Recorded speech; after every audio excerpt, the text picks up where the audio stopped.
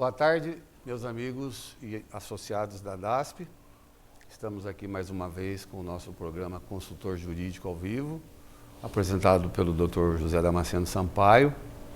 E com saudades do último programa, né? Porque no último programa nós tínhamos a expectativa do nosso país ser campeão no futebol, estávamos esperançosos e, lamentavelmente, essa é a primeira semana que a gente está vivendo essa ressaca aí dos 7-1 e 3-0. Mas, enfim, a vida continua. A gente espera que essas coisas possam melhorar para dar mais satisfação, alegria aos brasileiros. Agradeço ao patrocínio da PC Informática, um abraço a todos vocês da PC, se estiverem nos vendo.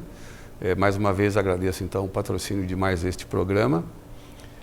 Hoje o nosso tema continua sendo tributário. O Dr. Damasceno vai falar da supressão, né, da aplicação da submissão tributária nas operações com as empresas optantes pelo Simples.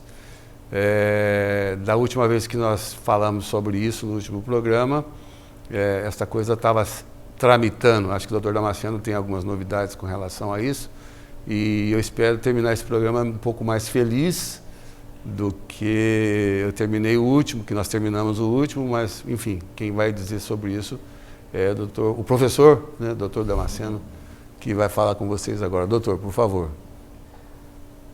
Boa tarde, Sandoval. Boa tarde a todos vocês que nos acompanham.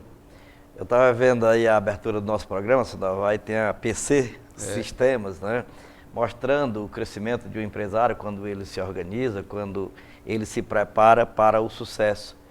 E de PC, acho que o nosso JC, que tomou de 10-1 em 2 jogos, né, Júlio César, ele poderia também verificar, analisar isso aí, para ter mais cuidado, para não ser tão frangueiro daquele jeito, que o ramo do negócio dele é tomar frangos.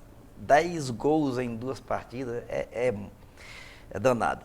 Porém, pelo outro lado, a evolução do projeto de lei, a evolução de tudo que nós discutimos no programa de maio, veio com algumas modificações favoráveis aos atacadistas. Então, nós vamos nos alegrar, esperamos que nós nos alegremos. Mas é hora de retomarmos a vida. Aliás, o brasileiro é sempre um vencedor, é aquele que sempre vai avante. A capa da revista Isto É desta semana é muito salutar quando diz que o Brasil cresce em virtude dos seus empreendedores, independente, né, do governo que estiver posto. Nós estamos no ano eleitoral e é um ano mesmo para nós pensarmos com seriedade que o voto não tem preço, o voto tem consequência. Essa assertiva que é divulgada pelas maiores entidades do Brasil, a CNBB, a OAB, a ACI, que são entidades representativas de grande parte da população brasileira e principalmente do Estado Democrático de Direito, divulga sempre nesses momentos esse chamamento para que nós brasileiros, nós cidadãos, tenhamos essa consciência de que o voto não tem preço, o voto tem consequência. Então está na hora de nós sabermos escolher os nossos representantes, sabermos escolher os nossos dirigentes, sabermos analisar aquelas melhores propostas, aqueles que mais podem atender aos anseios de um Brasil tão bonito, tão belo e tão empreendedor como é o nosso Brasil. Com essas palavras, eu acho que eu posso parar o programa, né? Encerrar, tá bom? Acho que a PC Sistema já fica satisfeita, a gente vai para casa. Já deu tempo dele lançar a candidatura dele, né? É isso aí. Pois muito bem. Pois bem, Sandoval, mas o tema a gente trouxe de volta, que é a vedação da substituição tributária nas operações com empresas optantes pelo Simples Nacional. É um comentário sobre o texto aprovado na Câmara Federal e seus reflexos no atacado e na distribuição. E no final do programa eu quero abordar, en passant, aliás, que ganhou foi a Alemanha, não foi a França não, né? Não, a Alemanha. É, a Alemanha. Então, en passant é francês, né? A questão do crédito acumulado, porque eu recebi diversas consultas sobre uma matéria que circulou no jornal Valor Econômico, sobre a publicação de 6 decretos pelo governo Geraldo Alckmin em relação a ICMS no estado de São Paulo. E um dizia respeito à questão do crédito acumulado, o que foi que trouxe de bom, ou se, na verdade, foi só uma pequena adequação. Então, nós vamos comentar sobre esse assunto no final do nosso programa de hoje, que nós vamos lançá-los em 2 blocos de meia hora cada um. Bem, o primeiro tema nós conversamos aqui, e ainda há questionamento se existe alguma norma que estabeleça obrigatoriedade para que haja um tratamento diferencial em relação à microempresa e à empresa de pequeno porte. E se essas normatizações que estabelecem substituição tributária, principalmente do ICMS, nos produtos fornecidos pela indústria ou pelo comércio atacadista ou distribuidor, para os varejistas enquadrados no Simples Nacional, se não fere normas constitucionais. E por que isso? Porque o pessoal que representa a Secretaria, que é um órgão do governo federal ligado à Presidência da República, que acho que é Domingos Afif, né, Sandoval? Que hoje é o secretário, com cargo equivalente ao cargo de ministro. Então, tudo o que se comenta é que a imposição do regime de substituição tributária no fornecimento de mercadoria para empresas, principalmente as varejistas, que estão no Simples Nacional, é eivado de inconstitucionalidade. É ou não é? Óbvio que quando a Constituição, no seu artigo 170 e no seu artigo 179, estabeleceu um tratamento diferenciado, ela remeteu essas condições de diferenciação para as leis infraconstitucionais.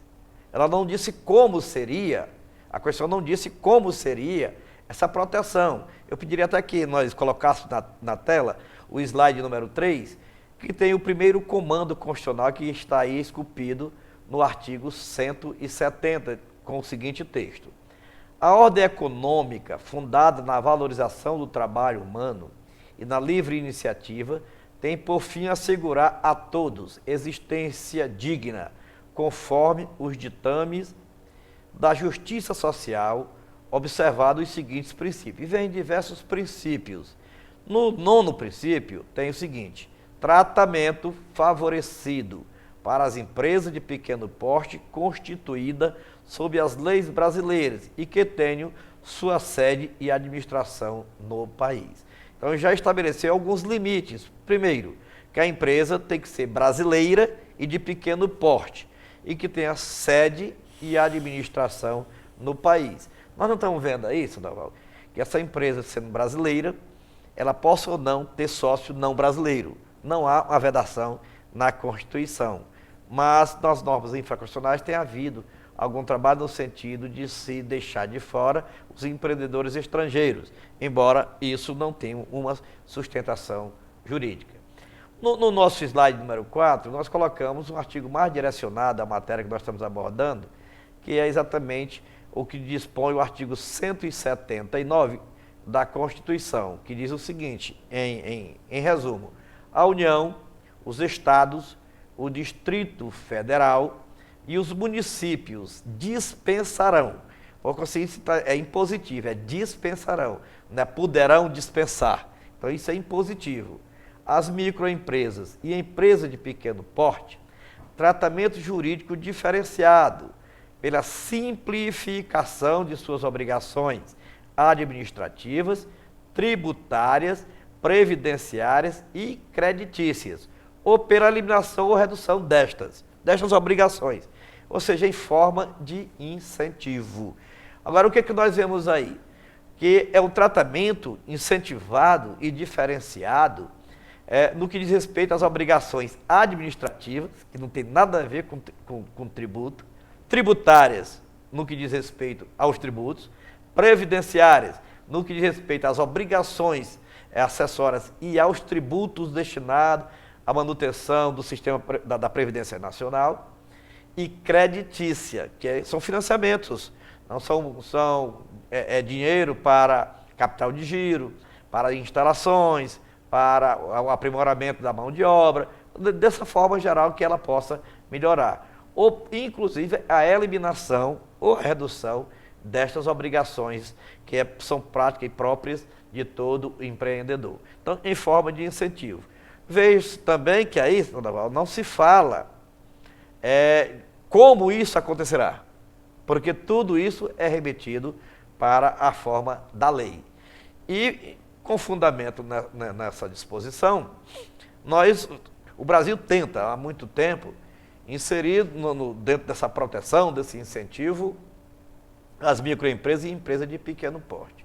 Nós sempre procuramos esclarecer, porque, por mais que nós esclareçamos, as dúvidas ainda existem. Principalmente porque diversos setores, principalmente setores governamentais, fazem questão de esquecer o comando da Constituição e da lei infraconstitucional, que é uma lei complementar, é a lei complementar número 123 de 2006, que estabelece a obrigatoriedade desse tratamento diferenciado.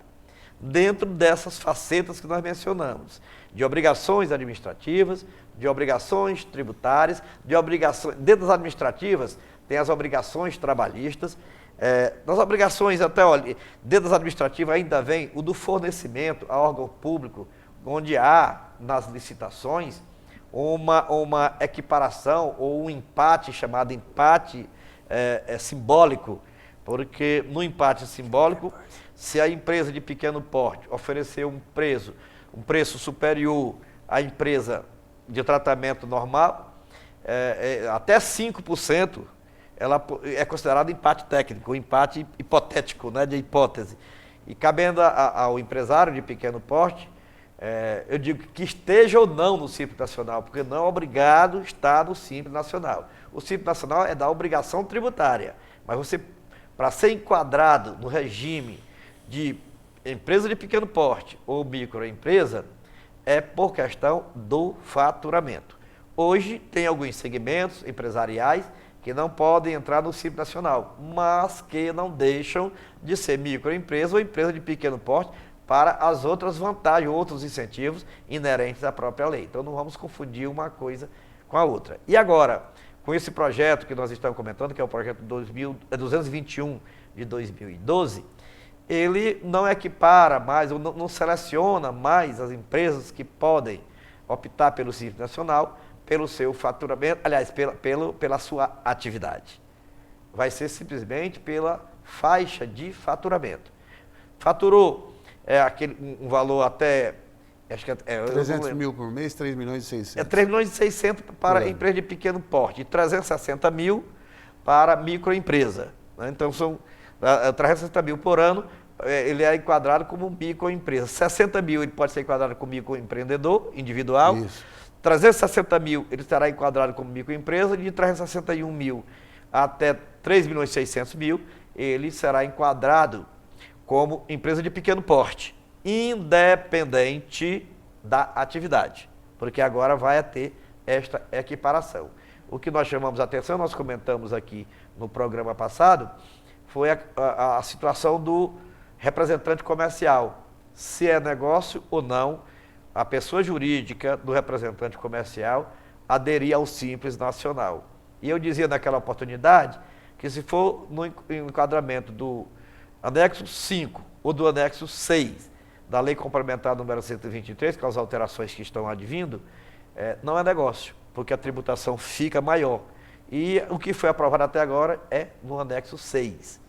Sendo no anexo 6, além de ser uma apuração complexa, difícil, tema por base a folha salarial, a média dos últimos 12 meses, ainda traz como consequência uma tributação superior à tributação pelo lucro presumido. Então ainda vai ser negócio se manter no lucro presumido. E o que é o lucro presumido? É aquele lucro em que o empresário calcula o imposto de renda e a contribuição social sobre o lucro de 3 em 3 meses, 4 vezes no ano. Não é todo mês, é de 3 em 3 meses, por isso que acumula 3 em 3 meses. Às vezes vem uma bolada que dói, né? Porque você vai diluindo mês a mês, quando chega vem um montante. E em cima do faturamento, 1 percentual serve de base de cálculo, que é considerada a base de cálculo, o lucro bruto, e aí em cima aplica-se, calcula-se o imposto de renda e calcula-se a contribuição social sobre o lucro. Então, isso leva sempre a um comparativo para quais são as atividades, principalmente a da prestação de serviço, que deve entrar no Simples Nacional. Para o comércio, é sempre negócio. Para o comércio, as empresas comerciais, as empresas industriais, a opção pelo Simples Nacional é sempre mais vantajosa. Sempre. Porque, para você ter ideia, o comércio está enquadrado num dos anexos de menores valores, que é o anexo número 4. É o anexo que fica e hoje dá um percentual relativamente que diminui bastante a carga tributária. Por isso, essa luta da Secretaria da Microempresa e das entidades que representam as microempresas, que tem diversas entidades que representam a microempresa, não precisa, as entidades do atacado, a entidade das grandes empresas, Fecomércio da vida, está defendendo porque elas estão muito bem representadas pelo governo, representadas por frente parlamentar, representado por federações. Eu conheço estado que tem 3, 4 federações de defesa das micro e pequenas empresas. Então, já existe uma representatividade muito grande. Nós precisamos cuidar do nosso negócio, defender os interesses dos nossos associados, dos nossos atacadistas. Mas a coisa caminhou, e caminhou dentro de uma melhoria, mas não tão acentuada como se esperava.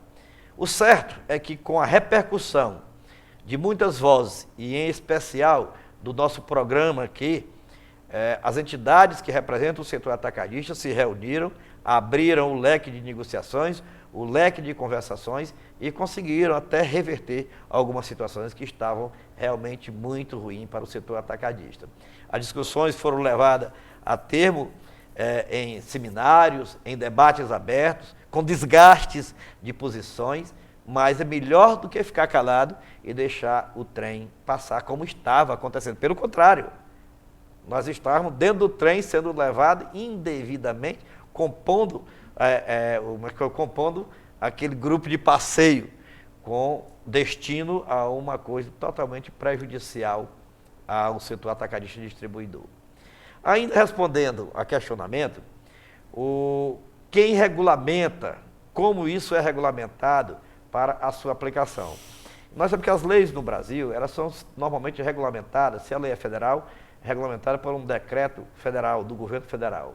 Se a lei é estadual, é regulamentada por um decreto do executivo estadual. Se é municipal, é regulamentada por um decreto do prefeito municipal, da prefeita municipal, né, oriundo desse órgão de administração. Porém, algumas leis, elas são regulamentadas por órgãos, por delegação. Por exemplo, a Lei 11.442 é a lei que regulamenta o transporte rodoviário de carga no Brasil.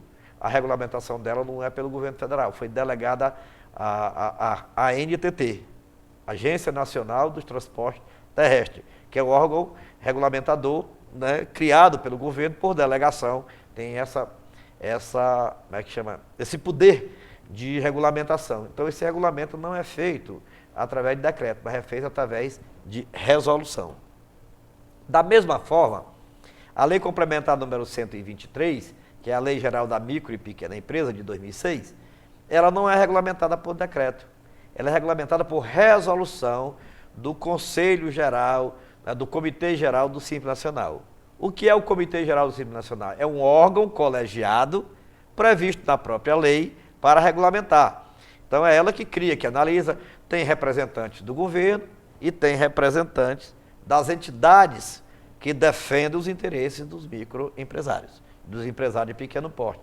E um defensor muito forte do fortalecimento do microempreendedor, do empreendedor de pequeno porte, ou do próprio microempreendedor individual, nós temos o SEBRAE, que encaminha toda a sua receita no sentido do fortalecimento do microempreendedor e do empreendedor de pequeno porte. Então, é um órgão fortíssimo, que tem muito dinheiro, que recebe dinheiro não só do microempresário, não só do empresário de pequeno porte, mas o SEBRAE recebe 1% de toda a folha salarial paga no Brasil. Em qualquer segmento. De qualquer segmento, de qualquer atividade. Então, por conseguinte, tem verba bastante e aplica muito bem, Sandro. Nós que acompanhamos de perto o trabalho do SEBRAE, aplica muito bem. É por isso que eu digo que as nossas entidades têm que defender os interesses dos seus associados ou dos seus representados. Pode deixar que esses outros já estão muito bem, com os interesses muito bem defendidos por essas entidades.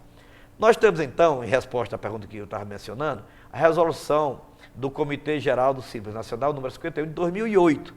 E se nós formos analisar, essa celeuma, eu falei no programa passado, essa celeuma maior, ela surgiu realmente em 2008, quando a lei complementar número 126 foi alterada pela lei complementar número 128.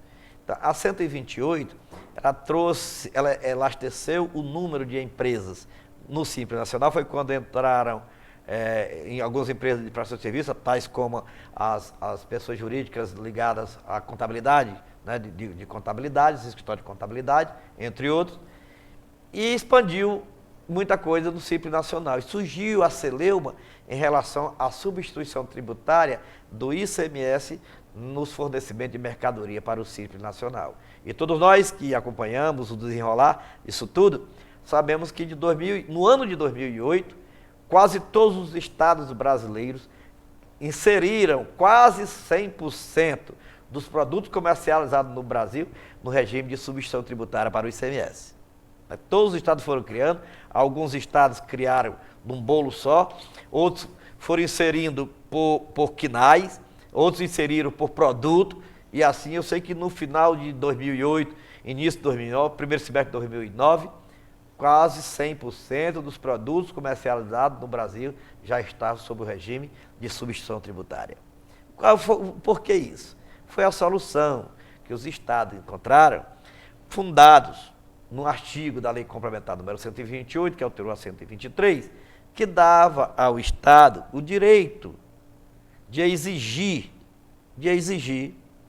o ICMS nos mesmos moldes das empresas normais, da tributação normal, para as empresas do Simples Nacional, com a segregação na hora de pagar. Aí vem os mal avisados, muitas autoridades, inclusive, em seminários, em jornais, publicando artigos, que estava havendo bitributação. Por quê? Porque a empresa do Simples Nacional, no entender deles, estava pagando o ICMS na antecipação, na retenção, em virtude da substituição tributária, e pagava novamente no momento de recolher o Simples Nacional. Em verdade, por o erro do contador, o erro de quem calculou, quem fazia a guia. Porque logo em 2008, essa resolução número 51, em seu artigo 3º, parágrafo C, dizia o seguinte, eu peço até que coloque na tela o slide número 5, diz o seguinte, na hipótese de microempresa ou empresa de pequeno porte optante pelo Simples Nacional, se encontrar na condição de substituída tributária, ou seja, já tinha pago o ICMS pelo fornecedor, na retenção pelo fornecedor, as receitas decorrentes da revenda de mercadoria sujeita à substituição tributária deverão ser segregadas.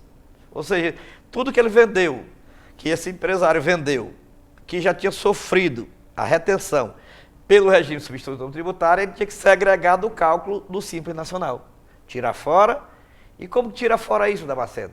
Quando pega a tabela do cálculo do Simples Nacional, tem o percentual destinado a cada tributo. X% ICMS, X% Contribuição Social sobre o Lucro, X% COFINS, X% PIS e X% Imposto de Renda. Então está lá, somatório, 5,6, 3,4 e assim por diante. Sabe, Sandoval? Quando ele pega a mercadoria que foi vendida e já tinha sofrido a retenção pela ação tributária, então ele tem que separar em dois blocos. Bloco com todos os itens que não sofreu, vai a alíquota cheia do Simples Nacional. Bloco do que já tinha sofrido a retenção, vai sem a alíquota do ICMS. Você está me falando uma novidade. Quer dizer, então, sem a alíquota do ICMS, então não tem bitributação. Hoje não tem, desde 2008, isso está devidamente claro aí na tela. Está devidamente claro aí na tela. E ainda demais, o inciso 2, que está na tela também, da venda, aqui ó, da revenda de mercadoria, comprou e revendeu. Não é? O item 1 é para o comércio. Do 2, é da venda aí é da microindústria. Da venda de mercadoria por ela industrializada, sujeita à substituição tributária, deverão ser segregadas também na hora do cálculo do Simples Nacional. Se essa mercadoria que ela industrializou, pegou e industrializou, quando já adquiriu ou quando ela vai vender no regime de substituição tributária, segrega do Simples Nacional. Só paga no Simples Nacional aquele que não está no regime de substituição tributária. Mas as entradas, desculpe, só para... Vamos lá. Por exemplo, uma indústria que está no Simples, ela recebe matéria-prima, transforma e vai vender ou para o atacado ou para o varejo direto. Como é que ela segrega o ICMS que ela deveria pagar para toda a cadeia? Vamos dizer, sei lá, ela tem uma pequena fábrica de biscoito. Biscoito, esquece que está na cesta básica, vai, um produto qualquer, vai. Pode ser o biscoito mesmo, mas que não esteja na cesta básica em alguns estados. Quer dizer, ela compra farinha de trigo, ela compra sal, ela compra açúcar, enfim, ela tem várias coisas que na condição de insumo. São insumos. Certo. Quando ela vai vender esse biscoito caseiro, vamos chamar assim, porque ela é uma microempresa, ela segrega da faixa de faturamento dela, tira o ICMS, que lhe seria devido para ela ficar dentro daquela faixa lá de 6, 7, 8, que vai até 11,5, 11, não sei o quê, ela pode tirar esse ICMS? Pode retirar, exatamente. Deveria tirar esse ICMS. Deveria retirar. E mais ainda, ela ainda vai calcular também a substituição tributária do seu comprador. Do seu comprador e fica responsável por essa retenção. Então ele segrega, separa aquele que tem o regime normal. O que tem o regime normal vai para o Simples. O que tem o regime de substituição não vai para o Simples. Ela é tratada como se fosse uma empresa normal, uma empresa comum. Tá bom. Então ela segrega só o imposto dela, mas paga o resto da cadeia que tiver na substituição tributária até o consumidor. Vamos analisar como é hoje uma indústria normal sem ser do Simples Nacional. Uma indústria normal. Como é que ela faz? Vamos entender que ela não está no Simples Nacional. Então a indústria normal, ela calcula o ICMS dela como débito e crédito. Entrou os insumos com crédito, vai sair, vai faturar e vai ser 18. Vamos dizer que está no estado de São alíquota Paulo. 12 ou 18, conforme para onde ela for vender. Perfeitamente. Como se dará para o estado de São Paulo para fazer a substituição tributária. Isso. Então, 18. Esse 18, essa mercadoria ficou pelo preço X, que é o preço de face da nota. Não é isso que chama? Ela vai vender por 100 e por conta da categoria que ela está... Vamos considerar 100. Digamos que essa mercadoria que está na face da nota está por 100, ela, para efeito da substituição tributária da cadeia futura, sim, né, sim. do comprador e do consumidor, tem um agregado, um IVA de 30%. Isso. Então, esse valor passa a ser 130. 130 vezes 18, na mesma alíquota, vai dar um valor Y. Y menos X, que é o ICMS destacado na nota, que é o da indústria, é o ICMS substituição tributária. Tá. A mesma coisa vai fazer a empresa de pequeno porte que tiver no Simples Nacional quando ela adquire insumo com substituição tributária. Tá. Ela vai vender desta forma. Segrega, separou. Mas vamos que ela recebeu a mercadoria normal, vai vender a mercadoria sem a substituição tributária, ela não recebeu nenhum insumo com substituição, recebeu normal, ela vai apurar o ICMS dela, esquecendo o crédito fiscal e aplicando o Simples Nacional. Você está me falando aí, eu estou entendendo que então não depois de 2008, a empresa que está no Simples Nacional, né, ela está sendo bitributada por ela mesma, mas ela tinha como segregar esse valor e não recolher. Só bitributa se errar. Ela está sendo bitributada por ela mesma. Por erro do contador, por facilidade, por preguiça, desinformação. Eu acho mais preguiça, porque desinformação é muita informação que tem. Bom, mas pode ser também. Mas quem vive na profissão tem que estar atualizado. Tem que estar atualizado. Eu não estou falando. Então tem um monte de dinheiro para buscar de volta. Eu não tenho a menor dúvida. Os últimos 5 anos dá para pedir de volta aí. Tem muita gente que pagou 2 vezes. Muita gente que pagou 2 vezes. Olha, nós temos crédito hoje de PIS, de todas as empresas de grande porte, de PIS, de COFINS, de contribuição social sobre o lucro, de imposto de renda, tudo para ir buscar por erro ou por programas que calculam, digamos, incorporando, o termo não é nem esse não apropriando, o termo é esse, não se apropriando devidamente dos créditos fiscais. Tá. Dos créditos fiscais. Nós temos, inclusive, Sandoval, um convênio com a Brasinvest, não é, João? Um convênio com a Brasinvest, que é exatamente para fazer uma espécie de auditoria contábil e fiscal na empresa e averiguar, e eles têm encontrado saldo altíssimos em muitas empresas, muitas indústrias, empresas de transporte de cargas, que também erram muito, empresas comerciais, atacadistas, distribuidoras, porque não apropriam devidamente os insumos. Mas eu acho que a palavra segregar é que deixou muita gente confuso.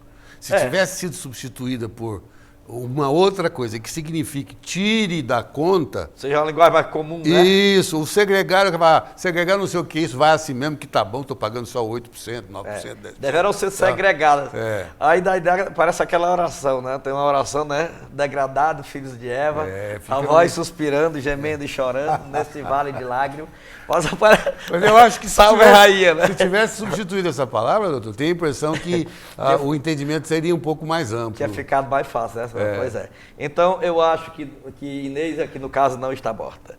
Né? Inês não está morta, é de 2008, agora que está com 1 ano perdido, porque nós estamos em 2014, né? Ainda pode retroagir para recuperar os últimos 5 anos. Sim. Então, agora que tem 1 ano perdido, ainda está em tempo dos microempresários, empresas de pequeno porte, analisarem esses cálculos e verificarem essa situação. Nós vamos dar uma paradinha aqui, vamos chamar os nossos comerciais para agradecermos a PC Sistema que patrocina mais uma vez esse nosso programa e daqui a pouco nós voltamos continuando com a nossa matéria. Muito obrigado e até daqui a pouco.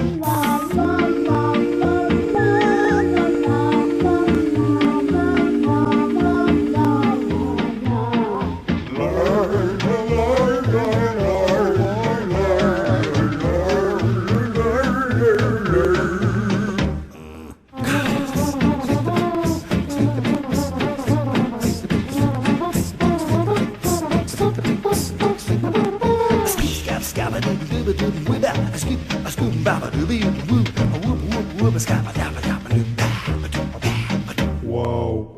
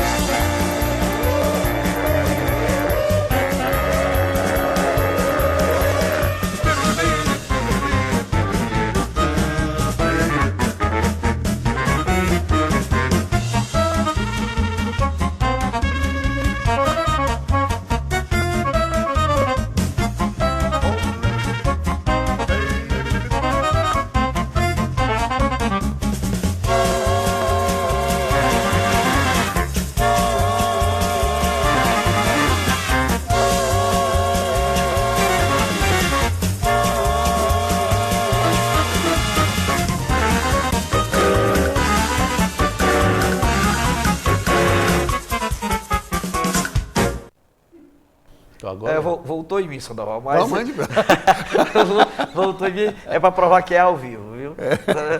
Mas olha, na verdade, isso que nós estávamos comentando aqui nos bastidores, no intervalo, eu participei de alguns eventos, e óbvio, não como debatedor, mas nós vemos que a desinformação é muito grande. O pessoal dizendo que está havendo a bitributação. O argumento maior desse projeto de lei, o 221, é para evitar a bitributação.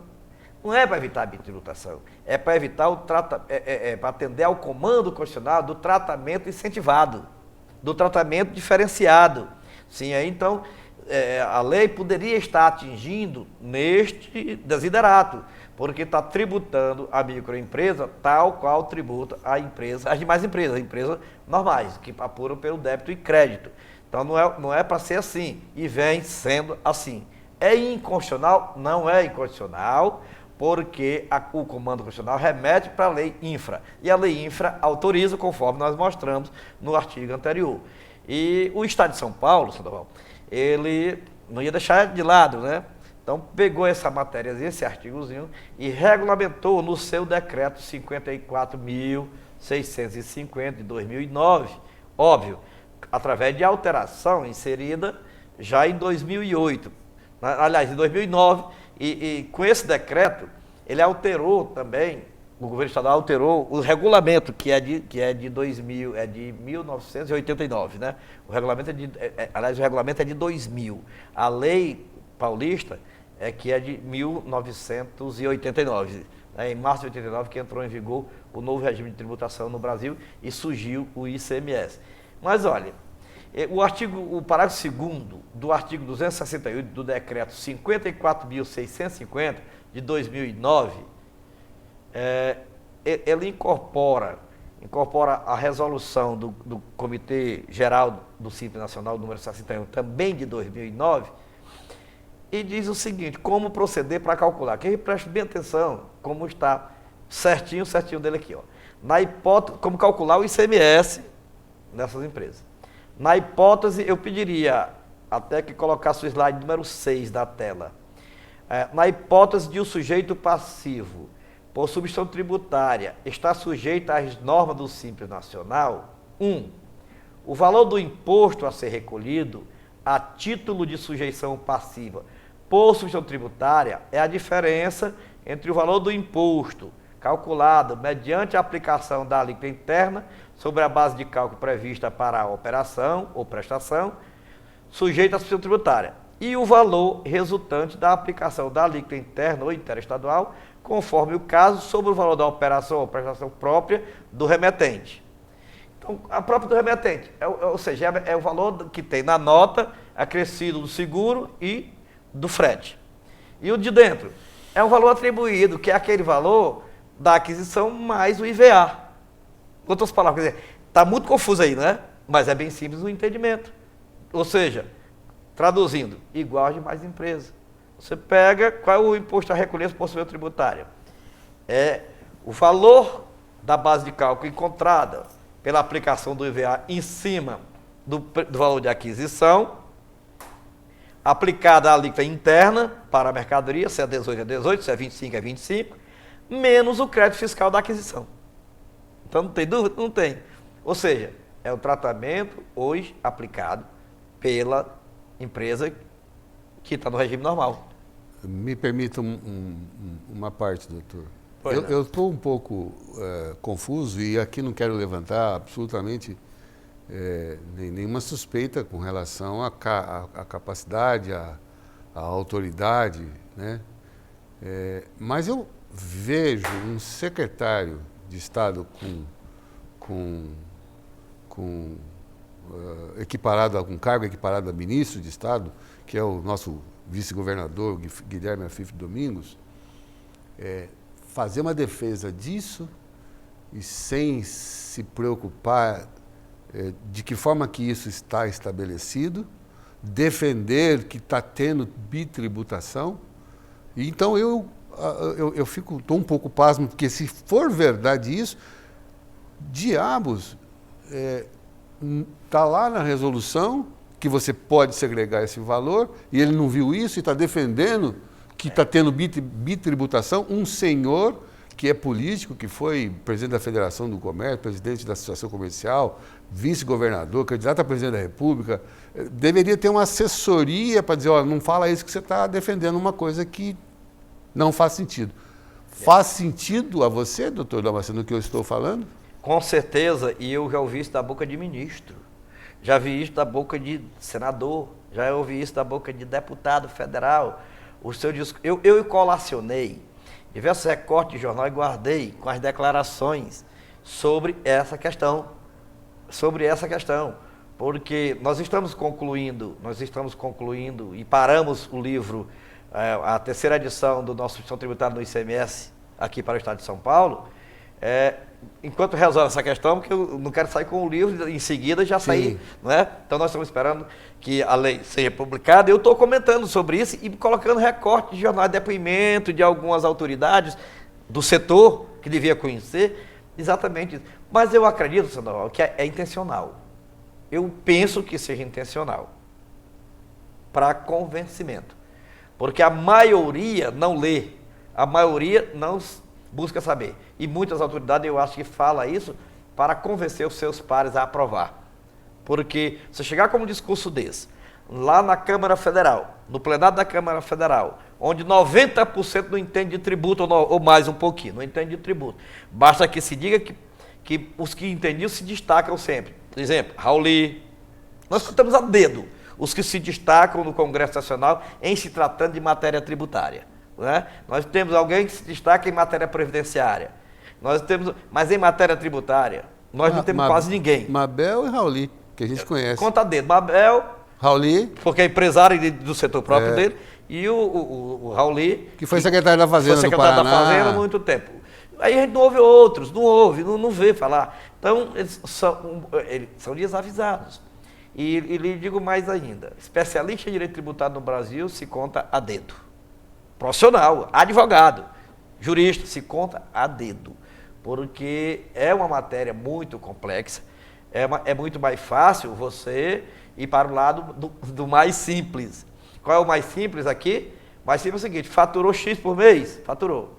Então, qual é a faixa lá? É de 4,8. Então, 4,8 por cima é o Simples Nacional a ser recolhido. Gerou a guia automaticamente no sistema. Para que mão de obra? De procurar que nota foi vendida de produto adquirido com sua tributária. Isso é mão de obra. Quando, na verdade, é só falar com a PC Sistema, que eles arranjam um software que faz bem bonitinho essa segregação, né? Essa segregação. Então, quer dizer, é uma questão... Olha, eu digo mais ainda. Ainda hoje, eu pego algumas questões trabalhistas que ainda tem empresário levando termo de opção do FGTS, que foi abolido em 1988. Termo de opção do FGTS, comprado em livraria para o empregado assinar. Não existe mais opção. Isso foi abolido com a Constituição de 1988, há 26 anos. Vai fazer 26 anos agora em outubro, dia 5 de outubro. Há 26 anos, ainda tem. Então, o pessoal não lê. Eu sou presidente do Tribunal de Ética e Disciplina da OAB no Ceará, e lido com a problemática dos processos administrativos, como é que chama? De indisciplina lá. É uma vergonha ver os nossos colegas se defendendo porque ele não lê o Estatuto da OAB e não lê o Código de Ética, porque isso não dá dinheiro. Então vai ler a defesa, ele vai cuidar lá do outro direito, que é o direito do dia a dia dele, dos litígios, né? Porque a maioria dos advogados deixam de ser juristas para ser só causídicos, só vive de causa. E quando, na verdade, a essência maior da advocacia não é a causa, é a conciliação. É evitar a causa, é a prevenção para que se evite a causa. É acabar o ramo dos causídicos, daqueles de orientadores, da prevenção, da advocacia preventiva. Mas não lê. Então, isso é uma regra geral. Essas normas do dia a dia, o pessoal não lê. É muito fácil eles estarem, na verdade, com o discurso de que o hipossuficiente, no caso, a microempresa e a empresa de pequeno porte, está pagando imposto indevido. É bitributação. E é esse o discurso que se vê, quando na verdade não existe. A lei teve o cuidado de separar e evitar a questão da bitributação. Você já falou sobre isso em mais de uma vez nos nossos programas, e eu confesso a minha não percepção, vamos dizer, a dormida que eu dei em cima disso, porque isso sempre me intrigou, né? E eu estou um pouco envergonhado aqui, porque sou presidente de uma entidade de classe, cujos associados ficam prejudicados por essas mudanças que foram propostas e estão acontecendo em cima de um fato que não deveria acontecer, pois que as resoluções já eliminaram esse processo todo de bitributação. Quer dizer, criamos um problema na ignorância, e eu faço parte dela e confesso, e peço desculpas a vocês todos. Mas estou perplexo e agora eu já estou pensando em como faz para trazer de volta esse dinheiro que não pertence ao Estado. Estou falando do Estado de São Paulo, serve para o Brasil todo. Para buscar esse dinheiro, mesmo que pouquinho de cada empresa, que foi pago já, foi bitributado já, porque não procedeu de acordo com as resoluções, a lei e as resoluções posteriores. Eu estou pensando aqui, Isso deve ser feito, Sr. Naval, através da conscientização dos microempresários, empresários de pequeno porte, principalmente pelas entidades de classe em suas bases, as entidades representativas dos microempresários e empresários de pequeno porte. Tem muitas associações e esse pessoal tem que ter essa consciência. Agora, em virtude disso tudo nós falamos, e a abertura da possibilidade, a abertura legal da possibilidade dessa segregação e da imposição do regime de instituição tributária pelos estados e o Distrito Federal, previsto na própria lei, eles fizeram essa obrigatoriedade que estão querendo modificar agora. Olha, o artigo 12 da lei, a 123, diz o seguinte, eu queria até que colocasse, o slide número 7. Fica instituído o regime especial unificado de arrecadação de tributos e contribuições devidas pela microempresa e empresa de pequeno porte. É o Simples Nacional. Esse artigo é o que institui o Simples Nacional. Já o artigo 13, que vem logo em seguida, traz diversas normas, e o seu parágrafo primeiro diz o seguinte: o recolhimento pelo Simples Nacional, que eu botei pelo SN, né, não exclui a incidência dos seguintes impostos, ou, aí vem algumas obrigações mais, né? Devidos na qualidade de contribuinte ou responsável em relação aos quais será observada a legislação aplicável às demais pessoas jurídicas. Ou seja, é nesse dispositivo que equipara, certo? Aí bota, lá no inciso 13, tem ICMS devido, o ICMS devido, ó, eles não vão dispensar, não exclui a incidência do imposto, no caso aí, do ICMS devido nas operações ou prestações sujeitas ao regime de substituição tributária. Tá? Isso é a lei que está hoje. Eu botei em vermelho para chamar a atenção que esse dispositivo é o que está sendo modificado. Esse inciso, essa linha A é que está sendo modificada. Tá? Porque era para sair, essa linha A simplesmente sair. Aí ela foi, já do projeto, ela está desmembrada. Né? Ela está desmembrada. Como é que está? Está seguinte, nas operações, aí eu vou já ler com o quê, certo? E lá no final ele diz, ou prestações, entre operações e prestações, eles vão inserir as exclusões. Tá. Né? Eles vão inserir as exclusões. Então eu queria que passasse para o inciso 8º, para o inciso, ó, para o slide 8º. Ó. Nós estamos comentando o projeto de lei complementar número 221 de 2012, que já foi aprovado na Câmara e se encontra hoje no Senado Federal. Ele incorporou, conforme eu disse no início do nosso encontro, o PL 323, é um projeto de lei do Senado Federal, 323 de 2010, e mantém a substituição tributária em uma modalidade de operação, para qualquer tipo de mercadoria, que é porta a porta. O fornecedor de mercadoria, para aquele vendedor porta a porta, independente da mercadoria, ele é o responsável pelo recolhimento do tributo, conforme a legislação estadual, certo? Então, não interessa o tipo de mercadoria. Não interessa o tipo de mercadoria. Operações com produtos sujeitos à tributação monofásica. Perfumaria. Já tem aquelas que a própria indústria é responsável, né? E 57 categorias, tá aí, que não tinha. Tá. Aí ela para gente sorrir um pouco, é a bondade, viu? Tá. Que não tinha, simplesmente eles tiravam aquele dispositivo e pronto.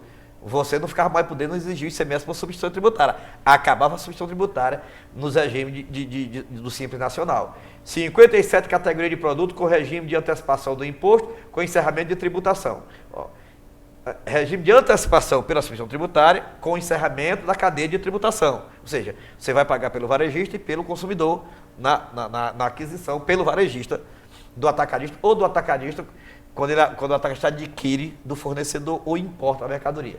Então vamos ver essas 57 categorias. 57 categorias. 1. Combustível e lubrificante. Eu queria que fosse passasse o slide 9.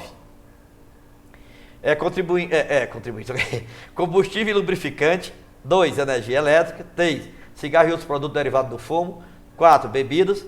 Esses 4 aí já existiu antes do Simples Nacional. Sim, né? sim. Já existiu, então não se mexeu. Aí entra óleos e azeites vegetais comestíveis, farinha de trigo e mistura de farinha de trigo, massas alimentícias. Isso tudo é novidade, porque estavam sendo excluídos. O slide 10. 8. Açúcares. 9. Produtos lácteos. 10. Carnes e suas preparações. Só lembrando que essa numeração não vão encontrar no texto da lei. Essa numeração quem fez fui eu. Né? 11. Preparação à base de cereais. 12. Chocolates. 13. Produtos de padaria e da indústria de bolachas e biscoitos. 14. Sorvetes e preparados para a fabricação de sorvetes em máquinas. 15. Cafés e mates, seus extratos, essências e concentrados. 16. Preparação para molhos e molhos preparados. 17. Preparações de produtos vegetais. 18. Rações para animais domésticos. 19. Veículos automotivos também já estava, e automotores e suas peças, componentes e acessórios também já estava, né? 20, pneumáticos também já estava. 21, câmeras de ar e protetor de borracha também já estava antes do Simples Nacional. 22, medicamentos e outros produtos farmacêuticos para uso humano ou veterinário. 23, cosméticos. 24, produtos de perfumaria e de higiene pessoal, ótimo, né? 25, papéis. 26, plásticos. 27, canetas e malas. Eu não sei o que mala tem a ver com caneta, né? 28, cimentos. 29, cal e argamassa. 30, produtos cerâmicos. Eu separei, isso está separado pelo tipo de quinais, sabe? 30, produtos cerâmicos. 31, vidros. 32, obras de metal e plástico para a construção. 33, telhas e caixa d'água. 34, tintas e vernizes, foi o primeiro a entrar em substituição tributária, né, tintas e vernizes. 35, produtos eletrônicos, eletroeletrônicos e eletrodomésticos. 36 fios, todo tipo de fio. 37. Esses fios são não é fio de tecido, daqueles fios elétricos, né? É para ver que está dentro do grupo aí ligado à questão elétrica, né? Cabos e outros condutores, que é um fio mais grosso, né?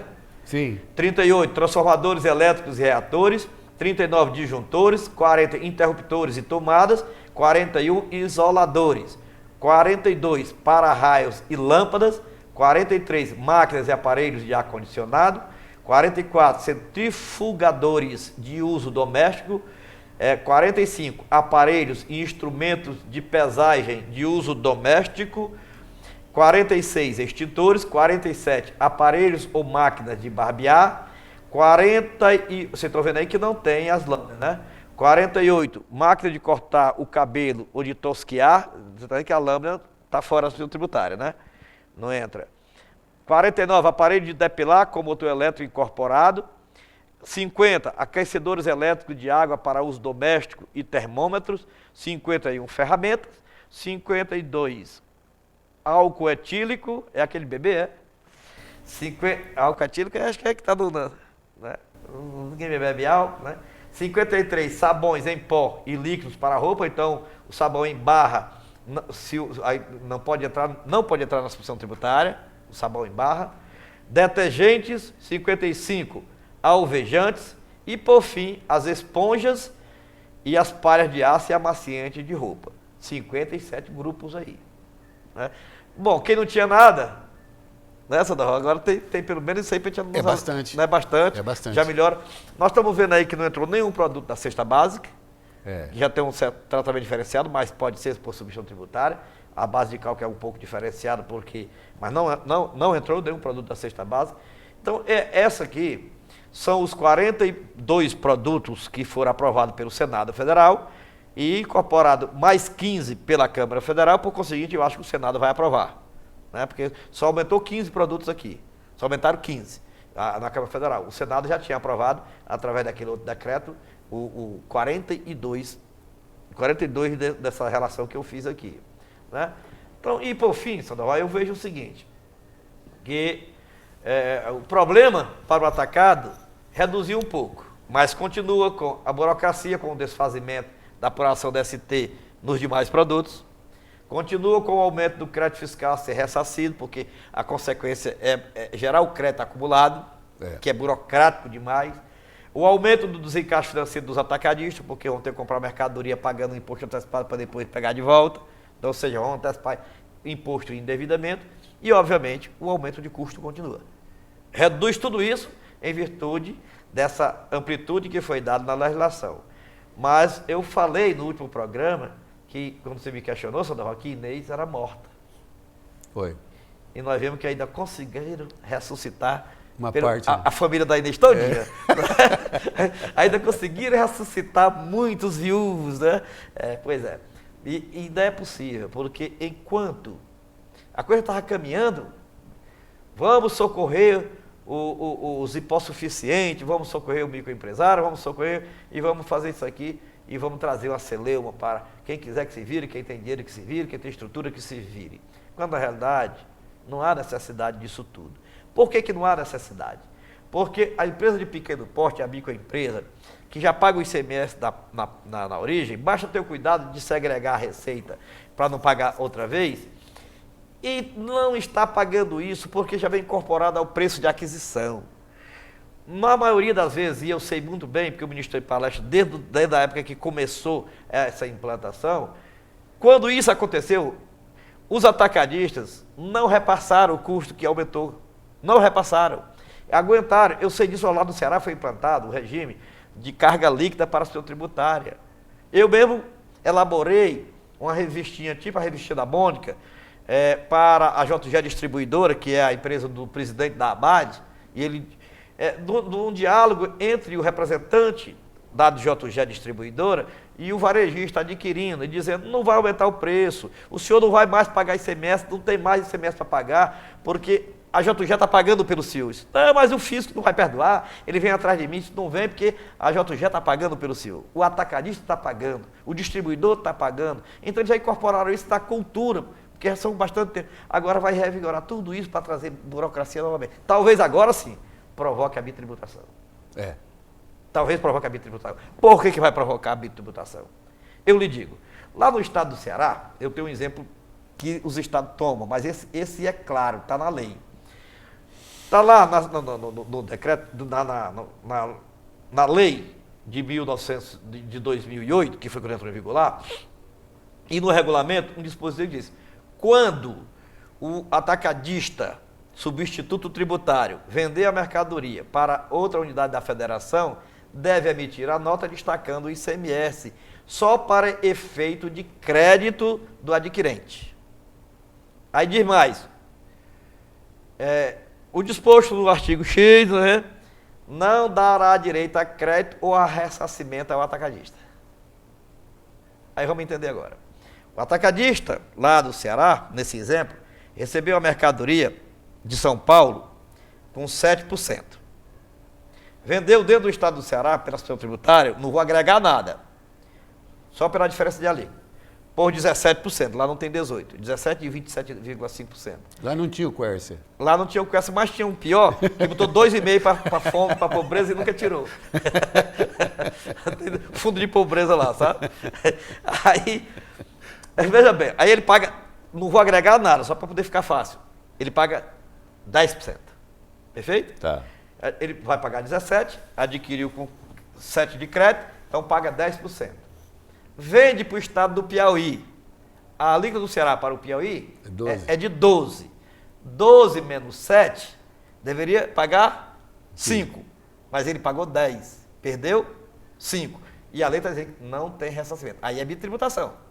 E é o que vai acontecer nesses casos aqui. Porque os estados não vão devolver esse dinheiro. O que vai acontecer? O atacadista vai comprar da indústria ou vai importar com a substituição tributária. Na hora de vender, tem que desfazer para o varejista que está nesse regime. Tem que desfazer. Para desfazer, tem que receber de volta. O Estado não vai devolver. Então, aí é onde está a bitributação. Então, o que vai acontecer com esse trabalho todo de proteção é exatamente um aumento de custo, além de operacional, um custo tributário para o setor atacadista e distribuidor. Essa é a verdade dos fatos. E eu fiquei de falar também sobre a questão de uma facilitação na apuração. Mas essa tão simples que não vem muito ao caso. É o decreto, eu podia colocar assim na tela o slide número 20, é o decreto número 60.568, agora do dia 24 de junho de 2014, ele revoga o item 1 do parágrafo 8º do artigo 30 das disposições transitórias do regulamento do ICMS do Estado de São Paulo. Esse dispositivo, ele obrigava a aplicação do regime de custeio para apuração quando o valor do crédito acumulado gerado no mês for superior a 10.000 UFESPs. Ou seja, hoje é R$ 201.400, porque a UFESP de 2014 é R$ 20,14. Nessa pega até uma vírgula no ano e encontra o valor da UFESP. É R$ 20,14. Então, ele só está tirando uma obrigação acessória no momento da apuração. Aquela burocracia da CAT 16, aquela burocracia das CATs que tem por aí afora, para a apuração do crédito acumulado e depois os meios de ressarcimento, não alterou em absolutamente nada. Por conseguinte, o problema continua, a facilitação é só ele poder utilizar um sistema menos oneroso e menos dificultoso para a apuração do crédito acumulado nos valores superiores a dos R$ 201.400. É somente essa a diferença. Bem, Sandoval, mas eu acho que nós trouxemos, pelo menos com esse rol, essas 57 digamos, categorias de produto, continuando na substituição tributária em qualquer operação para as empresas do Simples Nacional, eu acho que ameniza um pouco as dificuldades do setor atacadista. Então, se não consegue 100%, conseguiu-se alguma coisa e pelo menos evoluiu. E a Inês ainda deu um sorriso para nós, já que a seleção não deixa a gente sorrir, né? Com essas minhas palavras, eu me despeço de todos vocês, agradecendo a PC Sistema por mais uma vez ter patrocinado o nosso programa e espero estar com os senhores agora no próximo mês de agosto, trazendo novidades para todos nós. E passo aqui a palavra para o meu amigo Sandoval, presidente da DAS, para o encerramento e suas colocações finais. Muito obrigado a todos. Meus amigos, então terminamos mais um hoje programa Consultor Jurídico ao Vivo com o Dr. Damasceno, brilhante, mais uma vez. Muito obrigado, Dr. Damasceno. Obrigado, APC, pelo patrocínio desse programa.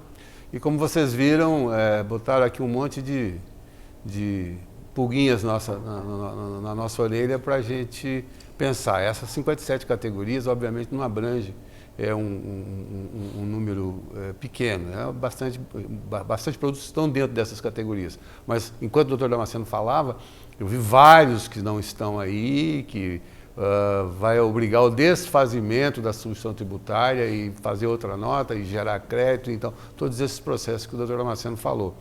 A gente vai tentar lidar com isso até o nosso próximo programa.